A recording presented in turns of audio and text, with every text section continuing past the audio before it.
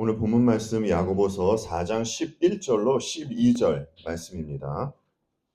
야고보서 4장 11절로 12절 말씀, 하나님의 말씀입니다. 제가 봉독하겠습니다. 형제들아, 서로 비방하지 말라. 형제를 비방하는 자나 형제를 판단하는 자는 곧 율법을 비방하고 율법을 판단하는 것이라. 내가 만일 율법을 판단하면 율법의 준행자가 아니요 재판관이로다. 입법자와 재판관은 오직 한 분이시니 능히 구원하기도 하시며 멸하기도 하시느니라. 너는 누구이기에 이웃을 판단하느냐. 아멘. 하나님께 범죄하고 전적으로 타락한 인간은 사탄의 성품을 물려받게 되었습니다. 그래서 인간은 교만하게 되었죠. 사람들이 살인이나 강도 같은 죄는 크게 취급을 합니다. 그런데 교만한 사람을 봤을 때 그 교만이 그렇게 큰 죄라고는 생각질 않습니다. 사람들이 교만한 것을 크게 신경 쓰지 않지만 교만은 굉장히 무서운 죄입니다. 회개하고 돌이켜야 하는 죄예요. 그리고 교만의 문제가 심각한 것이 교만은 겉으로 드러나지 않으면서 심지어 신앙적으로 성숙해 보이기까지 하는데 거기에 교만이 자리 잡고 있을 수 있다는 것. 이것이 교만의 심각한 문제입니다. 주님과 각을 세우던 바리새인들, 그들은 과하다 싶을 정도로 종교 행위에 열심이었습니다. 사람들의 눈에 그들은 성숙하고 훌륭한 신앙인으로 보였습니다. 그도 그럴 것이 그들은 기도와 말씀 연구에 힘을 쓰고 있었기 때문이죠. 그러나 정작 예수님의 눈에는 그들이 무엇으로 보였던 것입니까? 예, 회칠한 무덤과 독사의 새끼들로 보였던 것입니다. 그런데 바리새인들 본인은 남들보다 우월하고 특별하다라고 생각을 하고 있었습니다. 사실 인간 중에 교만하지 않은 인간은 없습니다. 하나님은 이렇게 교만한 인간 중에 어떤 이들을 택하시고 택한 그들에게 은혜를 주시며 겸손한 자로 빚어가시는 것이죠. 그렇다면 하나님은 그들을 무엇을 통해서 겸손하게 빚어가실까요? 예, 예수 그리스도의 십자가를 통해서 그들을 빚어가십니다. 그래서 겸손한 자들은 아는 것입니다. 여러분, 그것이 무엇이라고 했습니까? 하나님의 은혜가 아니면 자신은 죽어도 마땅한 죄인이라는 것, 이것을 안다고 했죠. 이들이 주님의 십자가 보혈만 믿고 의지하는 겁니다. 따라서 하나님 보시기에 진짜 겸손한 이들은 그리스도인 밖에는 없는 겁니다. 우리가 신앙생활을 하면서 항상 인식해야 할 것이 우리는 이미와 아직 사이에 있다는 겁니다. 우리는 온전하진 않지만 이 땅에 임한 하나님 나라를 살아가는 자들이에요. 이 땅에서부터 하나님 나라를 살던 자들이 죽어서도 하나님 나라에 가는 것이지, 이 땅에서는 하나님 나라와는 전혀 무관하게 살았음에도 불구하고 단지 교회 다녔다는 이유만으로 죽었기 때문에 하나님 나라에 가는 것 아니란 것이에요. 이 땅에서부터 하나님 나라를 사는 자들이 점점 겸손한 자로 지어져 가다가 죽어서 하나님 나라로 입상하게 되는 것입니다. 그리고 또 사도 바울이 한 이 고백이 있죠. 죄인 중에 내가 괴순이라. 이 고백을 하며 살게 되는 겁니다. 그러니까 오히려 겸손한 자들이 자기가 죄인 중에 괴수라고 고백하는 겁니다. 그리고 예수 그리스도의 십자가 앞에 무릎 꿇는 것이죠. 하나님은 피조물들에게 맡기신 자리가 있습니다. 각각의 피조물들이 하나님께서 맡기신 자리에 있을 때 하나님께서 그 모습을 보시기에 좋다라고 하는 것이죠. 하나님께서 인간을 세우신 자리는 하나님을 사랑하고 또 이웃을 사랑하는 자리입니다. 하지만 교만한 인간이 그 자리에서 이탈을 했죠. 그리고는 자기를 섬기고 자기만 사랑하는 변종이 되었습니다. 그리스도인은 주님 안에서 변정의 모습이 회복된 이들입니다. 환원하자면 하나님의 형상이 회복된 자들이에요. 그럼에도 불구하고 하나님의 형상이 회복되기 전의 모습, 변종일 때의 모습이 보일 때가 있습니다. 빌립보서에서 사도 바울이 이런 말을 했죠. 아무 일에든지 다툼이나 허용으로 하지 말고 오직 겸손한 마음으로 각각 자기보다 남을 낮게 여기고. 하나님은 왜 사도 바울로 하여금 이런 말씀을 전하게 하셨을까요? 왜냐하면 자기보다 상대방을 낮게 여겨야 하는 인간이 낮게 아래로 여기기 때문입니다. 늘 드리는 말씀이지만 인간의 가장 심각한 문제는 어떻게 해서든지 남들보다 높아지려고 하는 것입니다. 여러분, 인간은 왜 남들보다 높아지려고 할까요? 죄인들은요, 그 높은 자리에서 느낄 수 있는 희열을 사랑하기 때문입니다. 자기를 특별하게 생각하고 남들과 비교하면서 취할 수 있는 악한 쾌락 있잖아요. 그것을 느끼고 싶어서예요. 여러분, 성경을 보면 특별히 어떤 우리에게 이런 모습이 보였었죠? 예, 유대인들에게 보였습니다. 바울이 유대인들에게 이런 말을 했어요. 하나님 앞에서는 율법을 듣는 사람이 의로운 사람이 아닙니다. 오직 율법을 실천하는 사람이라야 의롭게 될 것이기 때문입니다. 여러분께서 아시듯이 유대인들에게는 이상한 사상이 있었어요. 예, 그들에게는 선민 사상이 있었습니다. 다른 말로 해서 그들에게는 하나님에 의해서 선택받은 백성이라는 자부심이 있었습니다.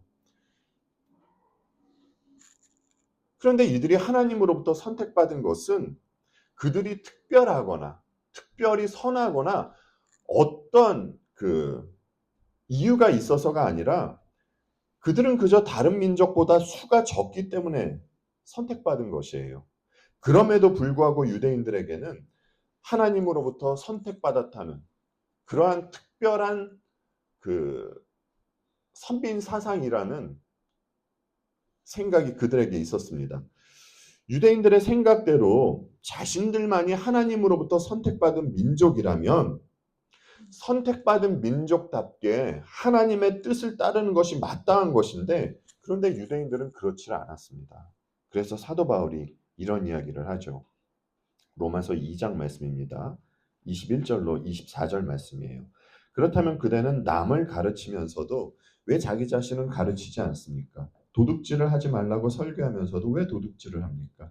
간음하지 말라고 하면서도 왜 간음을 합니까? 우상을 미워하면서도 왜 신전의 물건을 훔칩니까?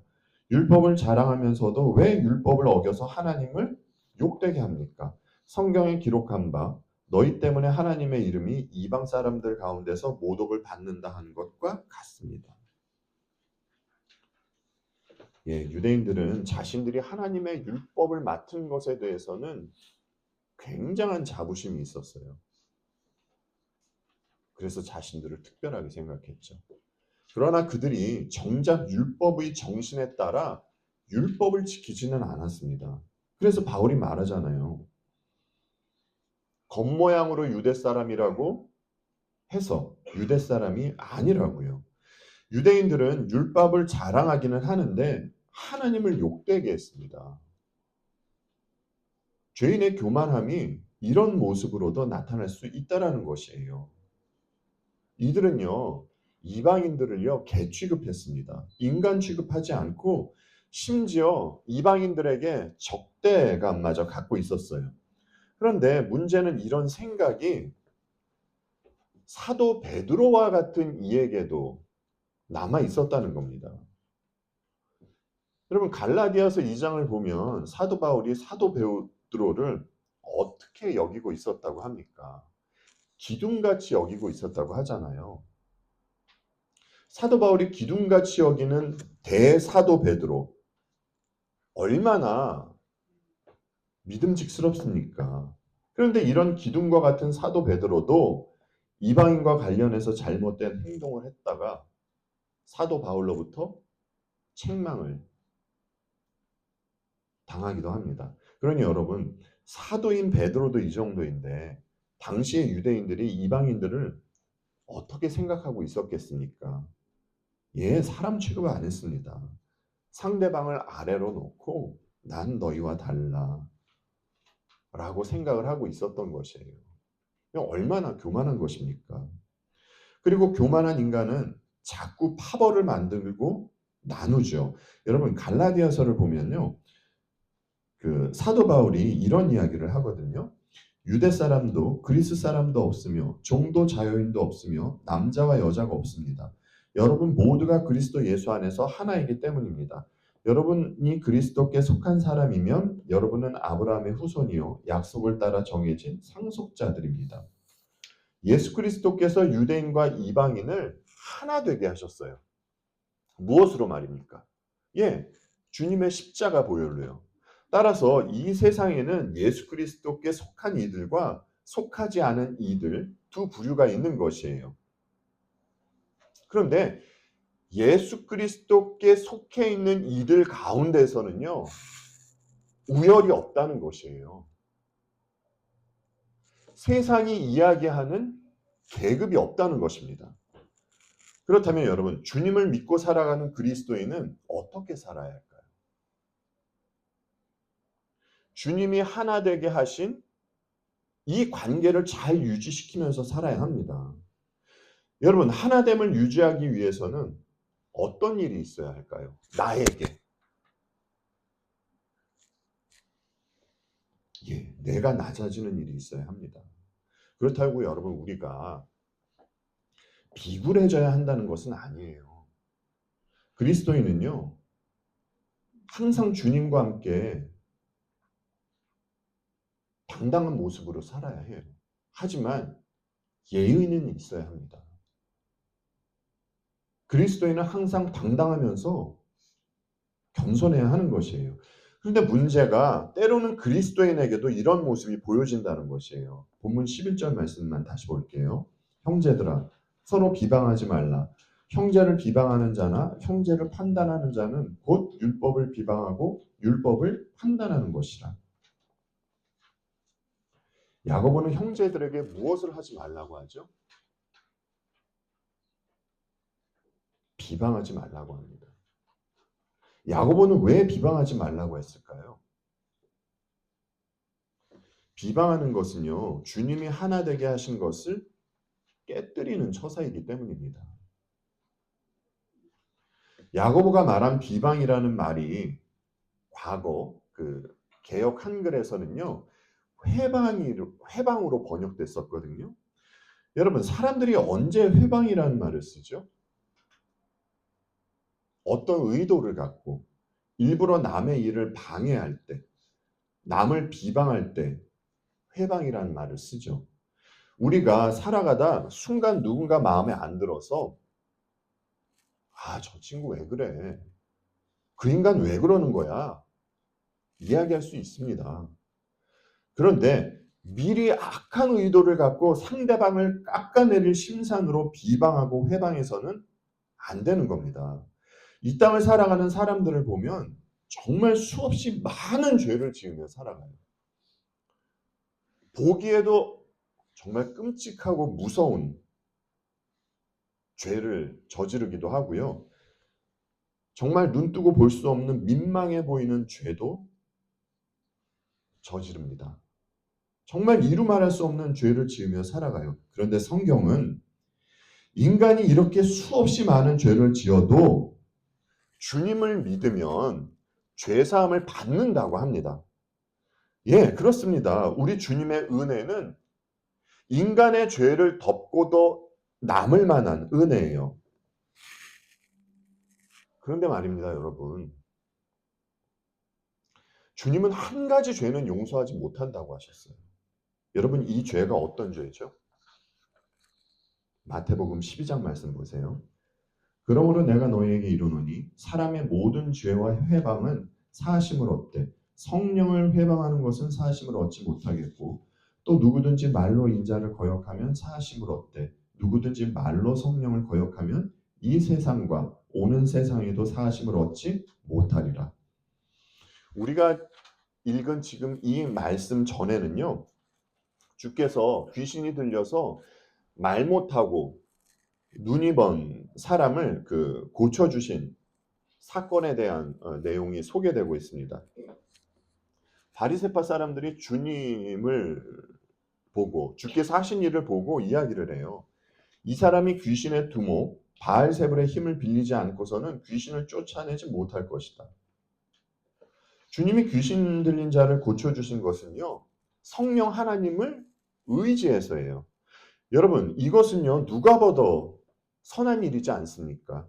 그런데 바리새인들은 주님이 하신 일을 보고도 오히려 주님을 귀신을 의지하는 자로 몰아붙였습니다. 이들은 주님을 깎아내리려는 의도를 가지고 있었어요. 그래서 악한 의도를 가지고 이렇게 이야기한 것입니다. 주님은 이런 그들에 대해서 이야기하신 것이에요. 성령을 회방하는 것은 사하심을 얻지 못한다고 말이죠. 여러분 우리가 회개를 할 때 누구를 통해서 회개하는 것이죠? 예, 성령 하나님을 통해서 하는 겁니다. 그런데 성령이 하신 일을 보았음에도 불구하고 성령을 거부한다면 그가 죄사함을 받을 수 있을까요? 없을까요? 예, 죄사함 받을 수 없습니다. 그래서 주님이 성령을 회방하는 것은 사하심을 얻지 못한다고 말씀하신 것이에요. 바리새인들은 정말 악한 의도를 가지고 주님을 비방하고 회방한 것입니다. 사람들로 하여금 주님을 바라보지 못하게 회방한 것이에요. 그렇다면 여러분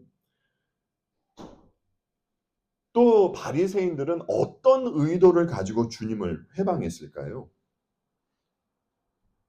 여러분도 누군가를 회방할 때가 있으시잖아요.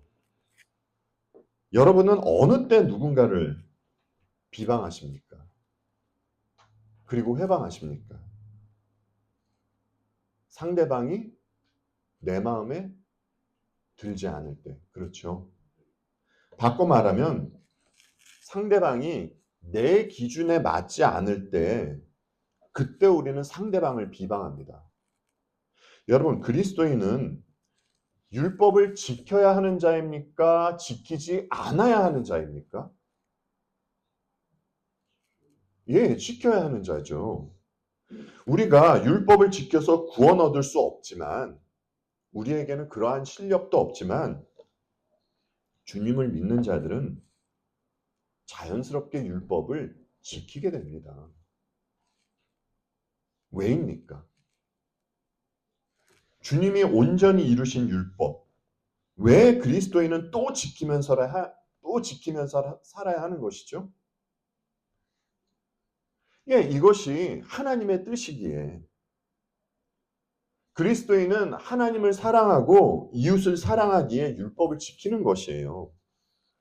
지난주에 말씀드렸듯이 그리스도인이 있어야 할 자리는 하나님을 사랑하고 이웃을 사랑해야 하는 자리이기 때문입니다. 그런데 이웃을 사랑하지 않고 비방하고 회방하는 것은 율법의 정신에 어긋나는 것입니다. 여러분께서 지금 이제 한국 교계를 보셔서 아시겠지만 한국에는 사이비 이단이 너무나 많습니다. 근데 문제는 사이비 이단들이 자신들의 신분을 감추고 있다는 것. 이것이 심각한 문제예요. 교회를 차려놓고 간판은 대한예수교회 장로회 이렇게 붙여놓고 있죠. 그러니까 모르는 사람들은 그들을 보면서 아, 한국 장로교회가 저런 것이로구나 생각하는 것이에요. 그리스도인은요, 여러분, 분별하면서 살아야 합니다. 오늘 본문을 보면 야고보가 형제들에게 형제를 판단하지 말라고 하거든요. 그런데 여러분, 사도 요한은요, 이런 이야기를 해요. 요한 1서 말씀입니다. 사랑하는 여러분, 어느 영이든지 다 믿지 말고 그 영들이 하나님께서 낳는가를 시험하여 보십시오. 거짓 예언자가 세상에 많이 나타났기 때문입니다. 여러분은 하나님의 영을 이것으로 알 수 있습니다. 곧 예수 그리스도께서 육신을 입고 오셨음을 시인하는 영은 다 하나님에게서 난 영입니다. 그러나 예수를 시인하지 않은 영은 다 하나님에게서 나지 않은 영입니다. 그것은 그리스도의 대적자의 영입니다. 여러분은 그 영이 올 것이라는 말을 들었습니다. 그런데 그 영이 세상에 벌써 와 있습니다. 사도 요한의 시대에도 이미 거짓 예언자들이 많이 와 있었던 것이에요. 요한은 성도들에게 어느 영이든지 다 믿지 말고 그 영들이 하나님께서 낳는지 시험해 보라고 합니다. 교회에서 누가 이 얘기하면 그런가 보다 믿고 또 저런 얘기를 해도 그런가 보다 다 믿지 말라는 것이에요. 여러분, 영들을 시험하려면 무엇을 해야 합니까? 예, 분별을 해야 합니다. 분별을 하기 위해서는 판단이 따라야 하는 것이고요. 목회자에 관한 그 믿음의 선배들의 책을 보면요. 그들은 목회자들에게 성도의 영적 상태가 어떠한지 알아야 한다라고 그렇게 강조해서 조언을 합니다. 어느 성도가 영적으로 교만해 있는지, 어느 성도가 영적으로 눌려 있는지 알아야 한다라고 그들은 말씀을 하세요. 그런데 여러분, 이러한 것을 알려면 무엇을 해야 하는 것입니까? 예, 지금 저분의 영적 상태가 어떤지 판단을 해야 하는 것입니다. 여러분, 그러면 우리는 어떻게 해야 하는 것입니까? 형제자매를 판단해야 하는 것입니까? 말아야 하는 것입니까? 주님이 또 이런 말씀도 하셨잖아요. 내 형제가 너에게 죄를 짓거든 가서 단둘이 있는 자리에서 그에게 충고하여라. 그가 너의 말을 들으면 너는 그 형제를 얻은 것이다. 그러나 듣지 않거든 한두 사람을 더 데리고 가거라. 그가 하는 모든 말을 두세 증인의 입을 빌어서 확정 지으려는 것이다. 그러나 그 형제가 그들의 말도 듣지 않거든 교회에 말하여라. 교회의 말도 듣지 않거든 그를 이방 사람이라 세리와 같이 여겨라. 여러분, 상대방이 죄를 지어도 그저 좋은 게 좋다는 식으로 있는 것이 능사가 아니에요. 상대방에게 예의를 갖춰서 그가 잘못한 것을 이야기해 줄 수 있어야 하는 것입니다. 차치하고요. 형제가 죄를 짓는지 안 짓는지 알려면 판단을 해야 해요. 그리스도인은요, 건전한 판단을 해야 합니다. 그런데 야고보는 왜 판단을 하지 말라고 했을까요? 여러분, 오늘 본문은요, 세 번역으로 다시 볼게요. 여러분, 찬찬히 한번 보십시오. 형제자매 여러분, 서로 헐뜯지 마십시오. 자기 형제자매를 헐뜯거나 심판하는 사람은 율법을 헐뜯고 율법을 심판하는 것입니다. 그대가 율법을 심판하면 그대는 율법을 행하는 사람이 아니라 율법을 심판하는 사람입니다. 율법을 제정하신 분과 심판하시는 분은 한 분이십니다. 그는 구원하실 수도 있고 멸망시킬 수도 있습니다. 도대체 그대가 누구이기에 이웃을 심판합니까? 여러분, 야고보가 하지 말라고 한 판단은요, 심판을 가리키는 겁니다. 우리는 절대로 남을 정죄하고 심판해서는 안 되는 것이에요. 상대방을 정죄하고 심판하는 것은 교만의 극치를 나타내는 것입니다. 여러분, 우리는 왜 남을 심판하면 안 되죠? 왜냐하면 모든 인간은 심판의 대상이기 때문이에요. 그러면 여기에 우리도 포함되는 것입니까, 여러분? 예, 우리도 포함됩니다. 우리도 심판의 자리에 서게 돼요. 하지만 불신자들과 우리와에는 다른 점이 있습니다. 불신자들이 하나님의 심판대에 섰을 때 그들은 자신이 지은 죄를 그대로 가지고 심판대 앞에 섭니다. 하지만 우리는 예수 그리스도의 의를 전가받아 심판대 앞에 서는 것이에요.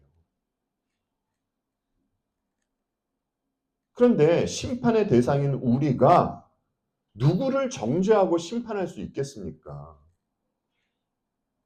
그럴 수 없는 것이에요. 여러분, 심판의 대상이 심판주가 되려고 하는 것, 이렇게 자기 자료를 이탈하는 것이 무엇이라고 했죠?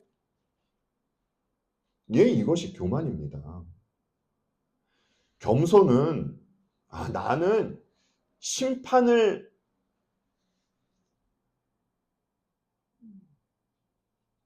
하는 존재가 아니라 심판받는 존재이구나. 이것을 아는 것이에요. 예, 심판자는 오직 하나님 한 분밖에는 안 계십니다. 따라서 우리는 남을 정죄하고 심판해서는 안 되는 것이에요. 우리 주님은 하나님이십니다. 하나님은 어디에 계셔야 하는 분이죠? 하늘에 계셔야 하는 분이세요. 그런데 이 땅으로 오셨죠. 하나님은 율법을 주신 분입니다. 하나님께서 율법을 누구에게 주셨습니까? 인간에게 주셨어요. 그런데 율법을 주신 분께서 율법 아래로 내려가셔서 본인이 주신 율법을 온전히 완성하셨습니다. 그리고 심판을 하셔야 하실 분께서 심판을 당하셨어요. 여러분, 주님이 심판을 당하셨다는 것은 죄가 있기 때문에 심판을 당하셨다는 것이잖아요. 주님이 어떤 죄를 지으셨습니까? 주님은 죄가 없으세요. 주님이 심판을 당하신 것은 우리의 죄를 대신하셔서 심판당하신 겁니다. 여러분, 그리스도인은 이 사실을 아는 자들이잖아요. 그렇다면 주님은 왜 이들을 대신해서 심판을 당하신 것입니까? 여러분, 주님이 왜 여러분들을 대신해서 심판을 당하신 것이죠? 여러분이 선해서요? 여러분께서 봉사일을 많이 하셨어요? 우리는 모릅니다. 다만 이 일이 은혜라는 것만 알 뿐이에요. 그래서 우리는 남을 정죄하고 심판하는 심판자가 아니라 하나님께서 맡기신 자리에서 또 하나님께서 맺어주신 관계에서 남을 나보다 낮게 여기고 그들을 귀히 여기면서 사랑해야 하는 자들입니다. 근데 여러분, 이거 잘 안 되죠. 잘 안 되잖아요. 그래서 하나님께서 우리에게 허락하신 이 땅의 삶에서 우리는 이것 연습하면서 살아야 하는 것이에요.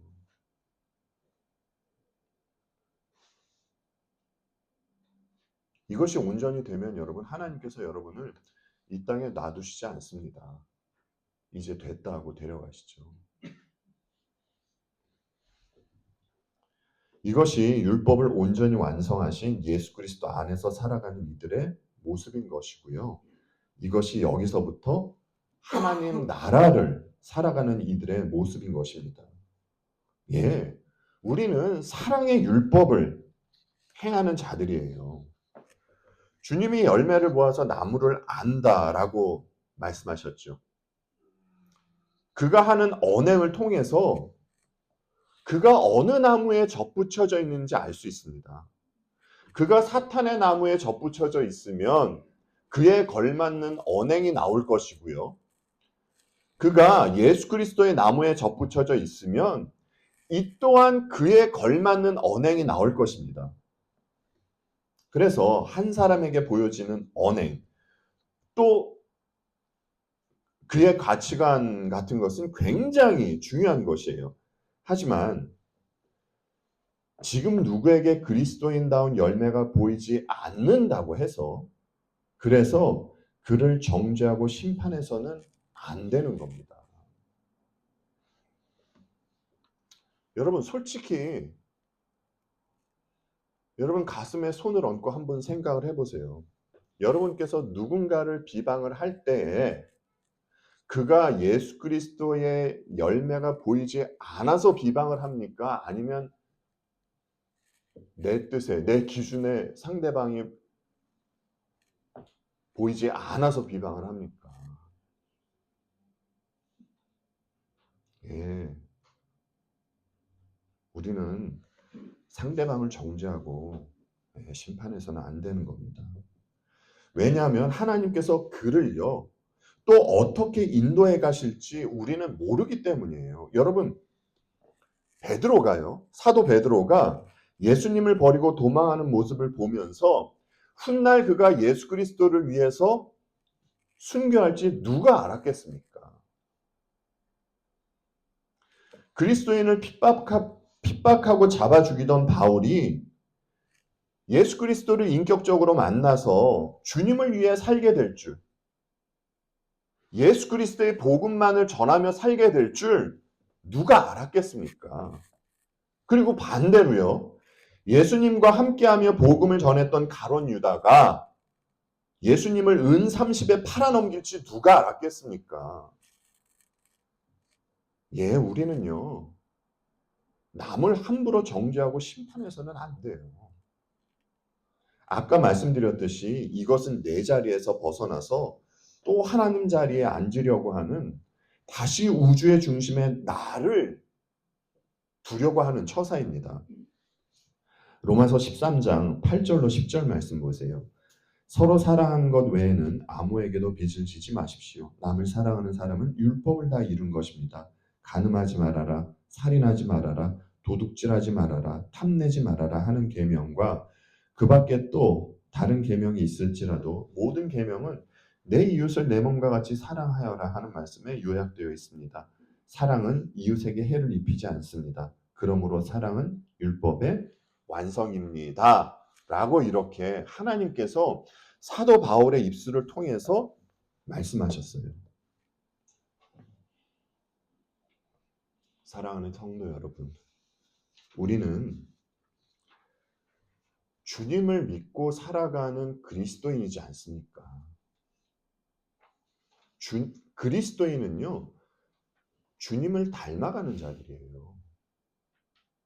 그리스도인이라고 해서 넘어지지 않는다는 것 아닙니다, 여러분. 넘어져요. 연약해요. 그럼에도 불구하고 그리스도인은 반드시 예수 그리스도를 닮아가는 자들입니다. 주님이 못나고 한심한 우리임에도 사랑하여 주시고 또 은혜 베풀어 주셨듯이 우리가 주님의 사랑을 받았고 지금도 받고 있다면 우리는 그 사랑을 우리의 이웃에게, 우리 형제 자매에게 나타내며 살아야 하는 것이에요. 여러분, 우리는 이 사랑을 어떻게 해야 한다고 했습니까? 내 감정에 따라서요. 우리 감정에 따라서 사랑을 하려고 한다면 못한다고 말씀을 드린 적 있죠. 사랑은요, 여러분, 감정의 문제를 넘어선 의지의 문제라고 했잖아요. 여러분, 이 거룩한 의지 한번 내보십시오. 그리스도인만이 낼 수 있는 의지입니다. 이렇게 우리 모두가 사랑하겠다는 의지를 내시고 하나님 나라를 살아가는 백성답게 그렇게 사랑하며 주어진 삶을 살아가 보자고요. 이것이 우리가 율법을 지키며 살아가는 것입니다. 이것이 율법을 판단하지 않고 살아가는 이들의 모습인 것이에요. 기도하겠습니다.